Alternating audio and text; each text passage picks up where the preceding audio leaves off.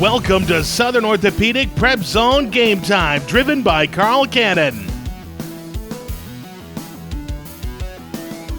Hey, welcome in. James Phillips here, Johnathan, Bentley, Bryan, Hale. This is DME PrepZone Game Time. Week 4, guys, we've got, 12 games, 11 games, something like that in high school football? We got a lot more than we've usually had. Yeah, we've only been having 8 or 9. Now we're up to double digits. So the bad news is that means nobody's playing each other this week. Mm-hmm. That's true. That's true. And our game of the week this week, as you can tell by our helmet, is going to be in Cordova. Cordova is hosting John Carroll, which is a neat matchup because we don't see a lot of those Birmingham teams very often. And this year, Cordova in a new region, and they'll be playing John Carroll and some of those schools from the Birmingham area. Yeah, this is the start of them. They've never played a lot of these teams. They have actually played John Carroll like in the 70s. Yeah, right. Last time that they met was 1958. 50s. So wow. 58. Yeah. And Cordova won that game, though, right? Yeah, they did. Because I think I saw they had the edge in the series. Mm-hmm. What was it? Do you remember? Don't remember. I think it might have been like 10-7. Yeah, that's what I was thinking, something like that. So they played a lot back in the day, maybe, but not since the 50s. Wow. Yeah, like Ramsey and Winona, all those are new. Yeah. Those are coming up, but. Well, talking about Cordova, we actually went to practice earlier this week. Bryan, you were over there talking to some players. We took a time to mic up their new coach, and it's always an interesting thing when we put mics on coaches at practice. Yeah, and I can tell you one thing. After 3 weeks of not being at home, these guys are very happy to get back to Hudson-Kerby Field. Yeah, I think so, definitely. You think the home confines gives them a little confidence coming into a big region game? If you've been to Cordova, which you have, I'm sure. Yeah. You know it's different, and it's got to be. It'll help. Yeah. I mean, they've been waiting for this. Yeah, I suspect the private school, John Carroll, probably is not used to coming and playing in a place called the Pit ever. Right. It's definite home field advantage. Let's see what Coach Palmer had to say this week during practice. We've mic'd him up. Let's see how into it he is, ready for this game. Here's our Coach Speak segment for this week. I look at him, Coach, and then they fall down. He knew better. He knew better. That's better. Good kick. Break down. Let's go on the line right there where Drew's at, running this way. Lineman first. Lineman first. I knew he'd find you something to do on scout team. About time. Come on, see it. ET, that's a lot better in your stance. All right, yeah, everything's a lot better than it was yesterday right there. Just keep it like that this whole period, okay? That's good, that was good. You played in the middle. Who are you supposed to be watching, 2 or 3? 2. It looks like you were looking at 3 to me. I was kind of playing low. All right, look at 2. Look at 2. He's the one that was open, right? You're just a freaking animal, man. You're just an animal. My gosh. ET better tackle like he does on Skelly on Friday. He ain't going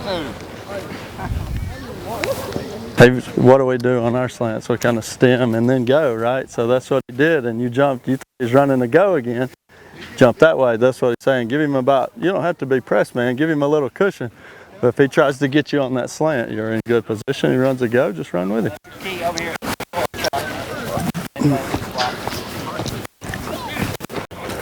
Hey, too much separation there between you two for man coverage, okay? You're too far apart.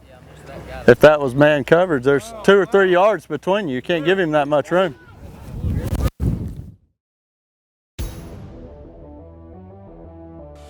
Welcome in, everybody. James Phillips here. It's a late night at the Desert Mountain Eagle studio. Bryan, Hale, how's it going, man?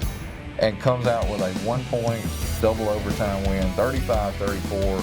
The Vikings remain undefeated. One of the assistants told me I think they're 5 points away from being 4-1. Corner just completely turned road, and they came out in the second half. They scored 20 points on 5 plays. Cordova makes the playoffs. Who would have thought in week 5 that we would have said the Cordova Blue Devils are going to reel off 4 straight wins and clinch a playoff berth? Well, I just think the first half was really, Hale got after. I mean, they were playing with a little bit more effort and toughness, and just glad to catch it. Good, it was a good throw. One to go.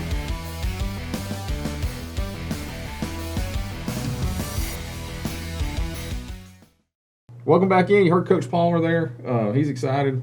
His team's ready to play. John Carroll's coming in. It's going to be a good game. Yeah, and I think so. I mean, last week, there's a couple of things that Cordova was able to take away.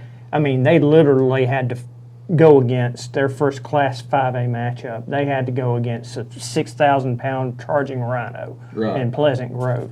Well, I think you take something away from that. You understand that this is the top dog. I mean, right now there's probably 2 top teams in Class 5A, and Pleasant Grove's one of them. Right. So you automatically know, and I think a lot of the players and the coaching staff learn from that. Well, Johnathan, getting to know Coach Palmer has been pretty neat so far. He's only been there a couple months now. Seems like a really laid-back guy, but then he shows a lot of excitement on the field. Yeah, I think it's a great fit for the county. I mean, we liked last year's coach. Palmer's just more laid back, but he's one of the guys, you know? Right. And he really cares about these kids. Right. And he already knows all their names. And he hadn't been here that long. That's and pretty, that's pretty a good. lot of kids. Yeah, it is. Talking about kids, talking about players, it's time to talk about our Player of the Week for this week. Bryan, you were able to go to Oakman and catch up with our Player of the Week. Tell us just a little bit about him before we go to the interview that you had. Well, Sean Douglas, he, of course, had a very, very big night. 10 carries for 189 yards and 2 touchdowns. He also was out there on defense, had a hand on that. And, of course, it was a really big win for Oakman. Got them firmly entranced in 1-0 in region play, going into a pretty tough matchup this week. So it's all good motivating factors. That's good. Hey, let's see what Sean Douglas had to say this week for being our Player of the Week. Today we're here to give the Player of the Week award to one of the Oakman Wildcats. He had a very big game, 10 carries for 189 yards, 2 touchdowns, and on defense he also added 4 tackles and had a quarterback sack. So a big congratulations to Oakman's Sean Douglas. Sean, congratulations. A really big victory and a win, 189 yards for you, a couple of tackles and a sack. Did you just feel that you were dialed in the other night? Yes, sir. I felt pretty dialed into the game.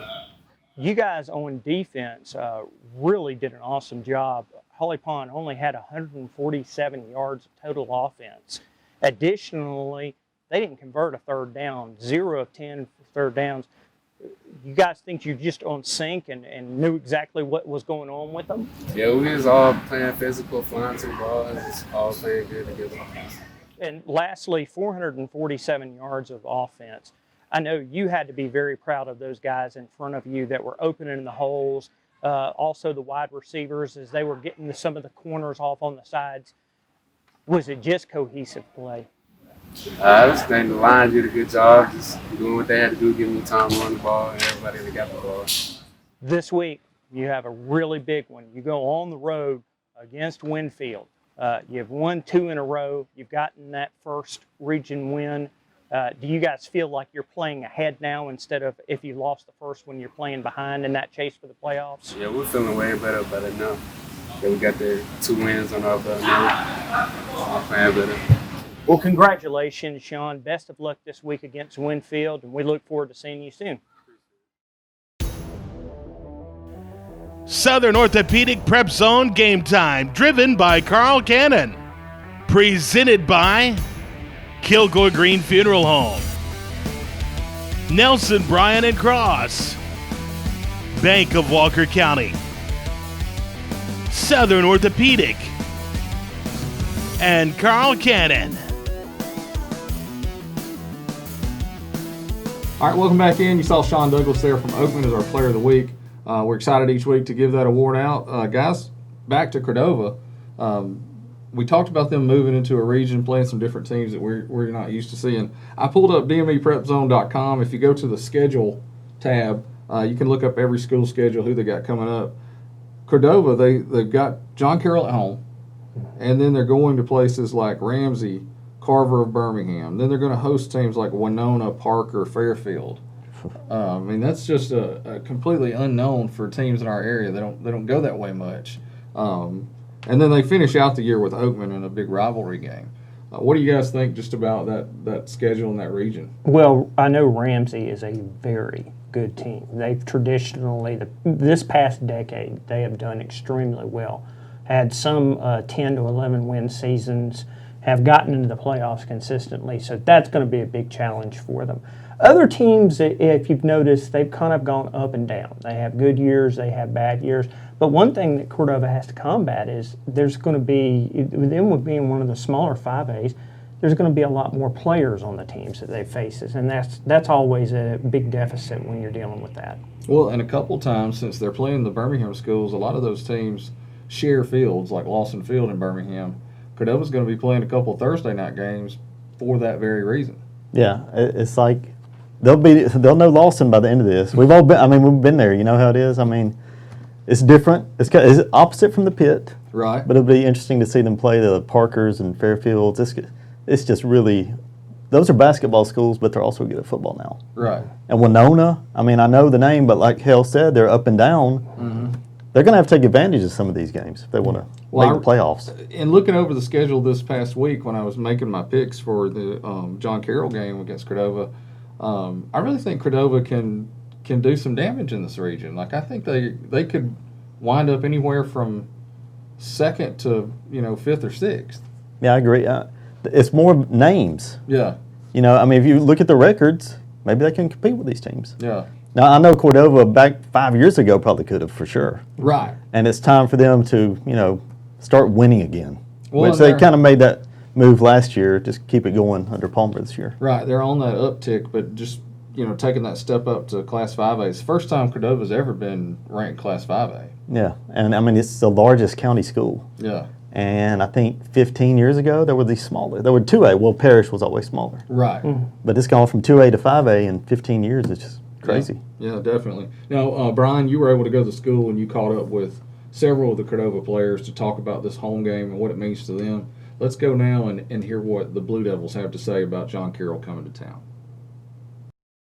Following bouts with two county rivals and last week's Class 5A Region 5 opener with Pleasant Grove, the Blue Devils face Region Flow John Carroll tonight at Hudson-Kerby Field.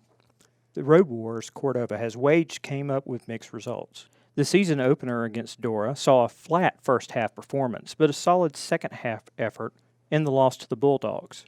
A week later, the Blue Devils clicked on both offense and defense in a 30-8 win over Carbon Hill.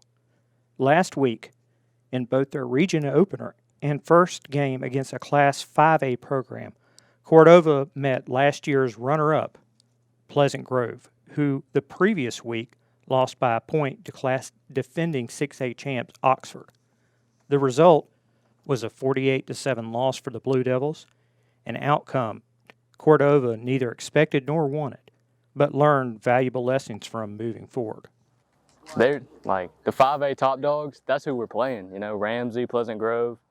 We just got to get used to playing them, and we got to get used to fighting bigger guys than us, because we're not the biggest team, but we have the heart to fight. That's what I feel like. We fought the whole time. No matter the score, we're going to play. Senior linebackers Jordan Perrin and Blaise Nix feel that the Blue Devil defense is prepared for the challenge of stopping the Cavalier offense and limiting the opposition's time on the field. It's going real good.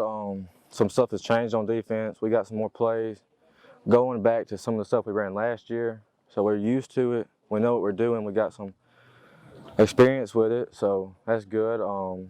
Some stuff changed for me, so I get to help the D-line out some more. So that's real good. Everybody attacking the ball, being physical. Everybody slanting the right way, fill your gaps, and everything should be just fine. Along the offensive front, senior Elijah Kilpatrick knows the success begins with the line, along with protecting quarterback Cody Hedrick and opening up holes for the running backs. Correcting mistakes has also been a focus for the offensive line. Mainly the challenge is it's just the mental, just the little mental mistakes. That's all it is. I mean, if we put everything together, it's a great play, but it's mainly just the mental mistakes. Like last week, one of our mental mistakes was having to keep our heads up, just blitzing right past by us. But this week we're trying to fix it this week, and I think we'll do pretty good against John Carroll's D-line. All right, welcome back in. We've heard all about the Cordova Blue Devils now. We're going to go into our pick segment where us three decide who's going to win this week, right? Guys, I think talking to y'all, I've got to definitely say, and I think we'll all consensus, this is one of the toughest weeks we've had in picks. I mean, we generally tend to have maybe one or two picks that we go over time and time again and really have to comb through it. This week, we had like 4 or 5 that could have gone either way. Yeah, there were several that came down. I basically flipped a coin.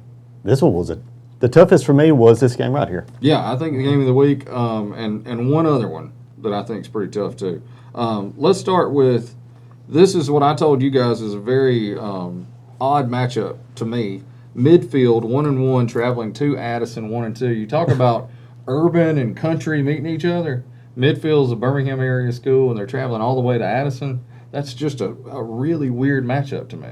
Yeah, I don't think they've ever played either. Or if they have, it's been a while. Yeah, I don't think they've ever played. But you got Addison. If you just look at their record 1-2, you're like, wait, they're having a down season. But if you look at who they played, I mean, this is a really good team, right? And they should have their way at home against Winfield. Yeah, I think so too. What do you think, Bryan? Well, I think last week Addison really solved the puzzle. I mean, when you take a great team and program like Aliceville, and they have to take it all the way into overtime, get a 2-point conversion to wave off Addison. At Aliceville, I think they found the formula. I think it's a lot of these new formation. I think Addison controls the tempo, going extremely slow and hitting you with those body blows. I think they found the formula, and I think it's really going to work this week as well. Hey, here's another game that I think is going to be close. Winston County 1-1 at Lamar County 2-1. Just looking over these schools, who they played, who they hadn't, that sort of thing, they seem very similar. I went with Lamar County. I think they're just a bigger school, and they'll end up winning the game. But what do you think? I did too. At Lamar County, Winston County had trouble losing to Hatton last week. I'm saying that. I mean, that's they could win this game, of course. I mean, it's not going to be a blowout or anything, but I took Lamar. I still think it's a one-dimensional puzzle. I think when people figure it out, all you've got to do is just stop the run. If you can stop the run, I really don't think Winston County has a whole lot of a chance because they've got no pass options. I think that's what Hatton did last week. They solved the puzzle, and I think Lamar County has the athletes and the physicality to stop the puzzle. Well, here's another matchup of Lamar County School and Winston County School. We got South Lamar traveling to Meek. Neither one of these teams have won a game yet this year. Should be a pretty even contest. Meek has showed us they can put some points on the board. They did it against Cold Springs. They did it a little bit against Brilliant as well. But I think I still got to go South Lamar. Yeah, I mean, Meek is scoring. They just can't stop anyone. Yeah. Right. What's the big stat? 163 points in 3 games. They're giving up average of 54 a game so far. I mean, it's just if they could find any kind of defense, make some turnovers, something. Right. And this might be the game that happens. A lot of times when you're okay, we're going to say it, they're a losing program like they have been for several years. Sometimes you just got to get some breaks, and losing and winning both are contagious. So maybe if they just get a few breaks, they get that win they need, and then they start winning some of these close games. Yes, I mean, they had their chance that opening game against Cold Springs. That was their closest one. How about Brilliant 2-0 at Lynn 1-1? This was a close game for me to pick. Yeah. I really wanted to go Lynn, but I know the school's had a lot of problems with COVID. There's players that have been out. There's students that are out. This week I saw a post that said they were not going to traditional school on Thursday or Friday because they had so many cases. Brilliant has looked good, 2-0. There's not many times that you can probably say Brilliant is 2-0. I'm going to go with Brilliant in this one. Yeah, I went Brilliant as well. I mean, how good are they? It's still so early in the season, we don't know a lot. Right, because you don't know who they've beaten. Right, Lynn beat Marion County, and they were missing 7 players. It's a pretty good sign. So normally I would take Lynn in this game, but I think Brilliant's actually on the climb. Right now. Yeah, first time in 13 years that Brilliant has started 2-0. Wow. And I heard some people that were familiar with Brilliant at the Oakman game last week. They said this is the best Brilliant team in a long time. Now, what does that mean? Does that mean 6, 7 wins? So we don't really know. But I have a feeling with so much of the change and the tumult that's going on at Lynn, I think Brilliant comes in just a little bit more of an edge, and that's why I went with them. Okay. Over in West Jefferson, we've got Corner hosting Hayden. That's a big rivalry for those two schools. They're only a few miles apart, really, as the crow flies. I'm going with Corner. Both teams 1-1. I think that win last week for Corner in the last, really no seconds on the clock, and then getting a 2-point conversion, that's a way to get your team fired up. I think the offense has finally got something kind of going, so I'm going with the Yellow Jackets in that one. What about you, Bryan? I think as long as you've got the defense that Corner's got, they have great defense. They have big playmakers too. They're always going to have a chance, and in this game, I think they're going to have the winning edge. Yeah, I mean, Corner, they really needed that game last week. I mean, St. Clair County, year to year you can't tell, but they were 0-10 last year. Right. I mean, Corner had to have that game, and to win it like that, maybe they can build off it. Because they had a good first game, too, defensively. Yeah, they just had a lot of turnovers in that opening game against Mortimer Jordan. Yes. Now they have corrected their punt problems, I think. That's good. Yeah, that's definitely a good sign. Summerton Christian 1-1 travels. This is a long road trip to Cedar Bluff. They're 0-2, but Cedar Bluff is a perennial strong team. They're always in the playoffs, and they've made some deep runs.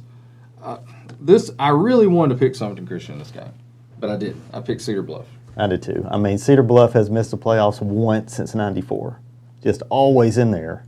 And some of the Christians played them before. They had a 81-48 game in 2000, I think it was. Yeah, which is one of the state's highest scoring games. Yeah, if I'm not mistaken, Summerton Christian's quarterback then, that was when Josh Russell was the quarterback, and he either tied or set a state record. I think he had 8 touchdowns in that game. Good grief, yeah. Now, I don't think it'll be like that, but if they could win this game, Summerton Christian at Cedar Bluff, I mean, that'd be huge. Yeah, that's a big statement for the playoff chances. Yeah, for sure. Bryan? Well, they've already been on the road. Very long road trip up to Cherokee. So they know how to win on the road and win dominantly. I think I'm giving this a little bit of an edge right now to Summoning Christian. I think coaching-wise, we're starting to see what Coach Powell is trying to do with this team. They have playmakers out there. They're showing it.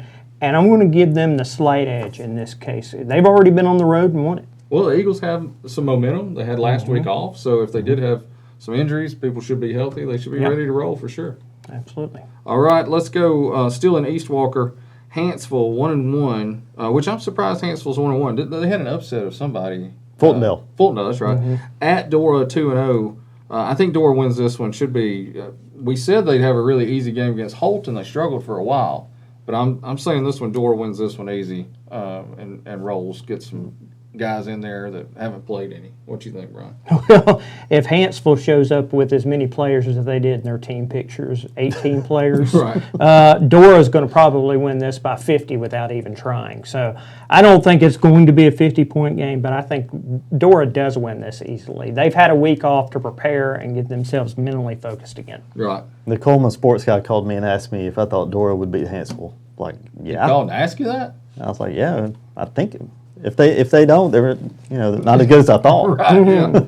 Okay. How about Curry 0-3 at Fayette County 0-2? Fayette County, it's odd to say they're 0-2, but they're really struggling this season. And I saw on our Lynn picks this week that several people went with Curry.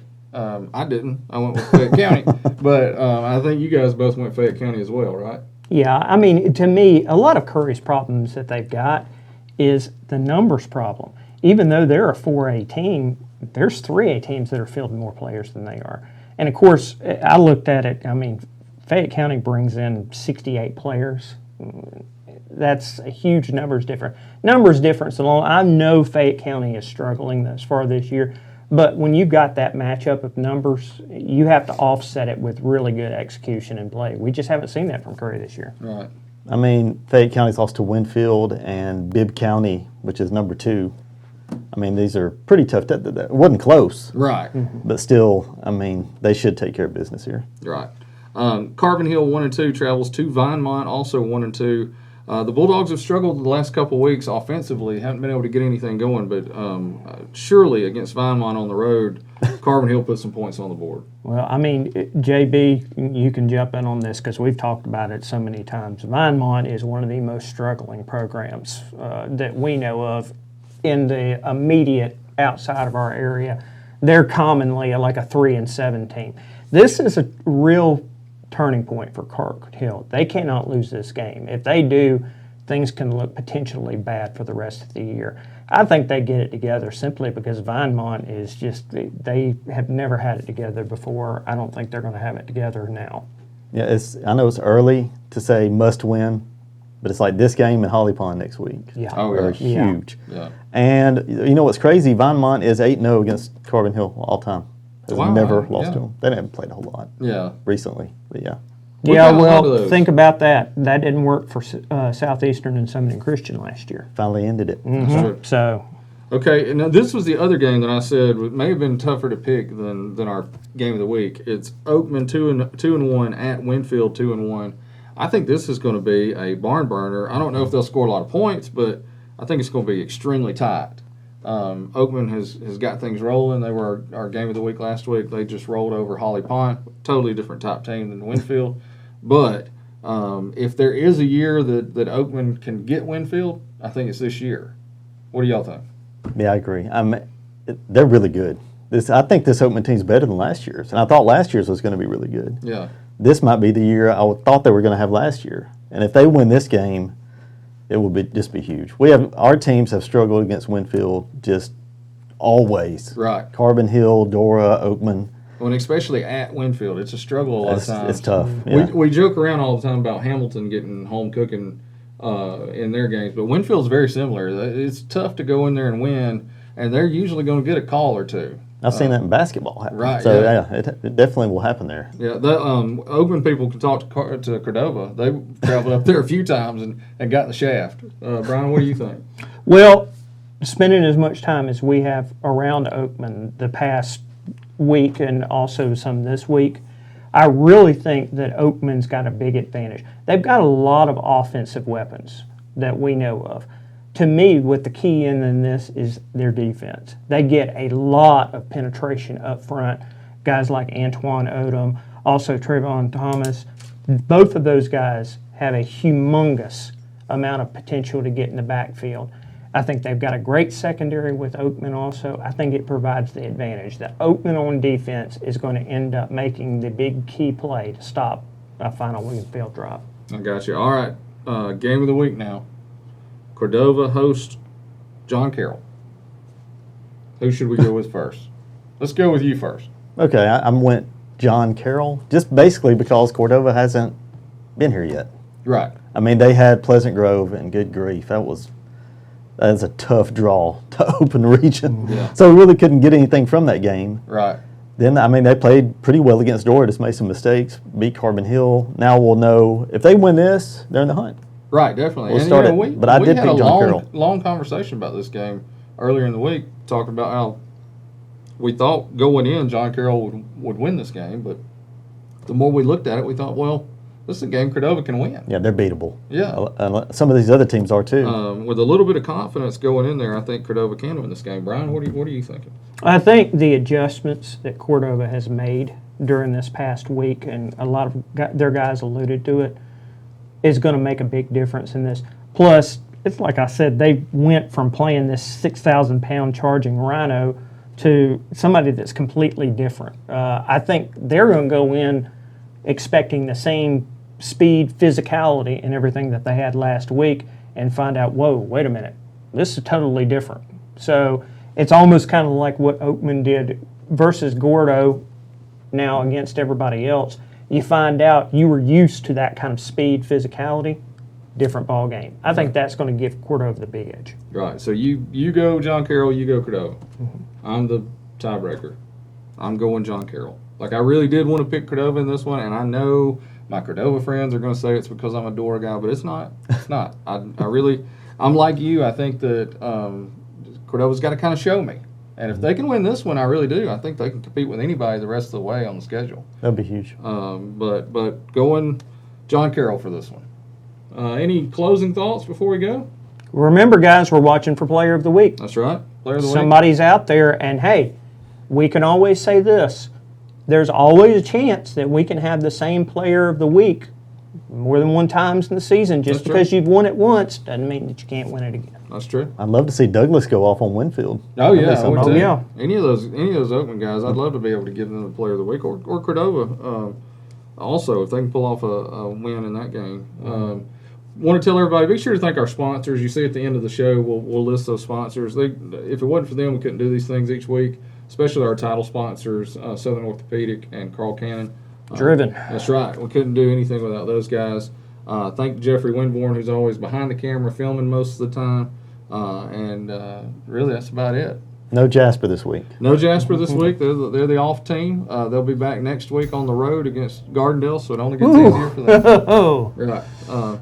Okay, guys. Well, until Saturday when you got me and Bryan Hale, where we'll be wrapping up the shows on the DME PrepZone wrap-up. For Johnathan, Bentley, and Bryan, I'm James Phillips. We'll see you on Saturday morning.